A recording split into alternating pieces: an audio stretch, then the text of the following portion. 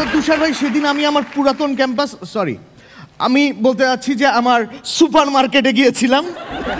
তো আমি ঢুকলাম, প্রথমেই দেখি সারিতে সারিতে তেল রাখা।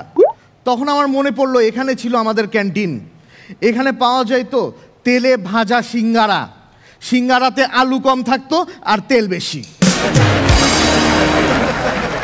তারপর আমি একটু উপরে গেলাম, উপরে গিয়ে দেখি বিউটি পার্লার। আমিন ভাই, এই বিউটি পার্লার যেখানে, এখানে ছিল আমাদের ডিবেট ক্লাব। এইখানে ডিবেট করতাম আর ভাবতাম বিতর্কের মাধ্যমে দুনিয়া পাল্টায় দিব। এখন মানুষজন আসে, ফেসিয়াল করে আর ফেস পাল্টায় চলে যায়। আরো উপরে গেলাম, আরো উপরে গিয়ে দেখি কি ফুড কোর্ট। আমি একটা চাউমিন নিয়ে খাইতে বসলাম। চাউমিনটা খাইতে খাইতে মনে পড়লো এই জায়গায় কত মেয়েদের লিপস্টিক খাইছি।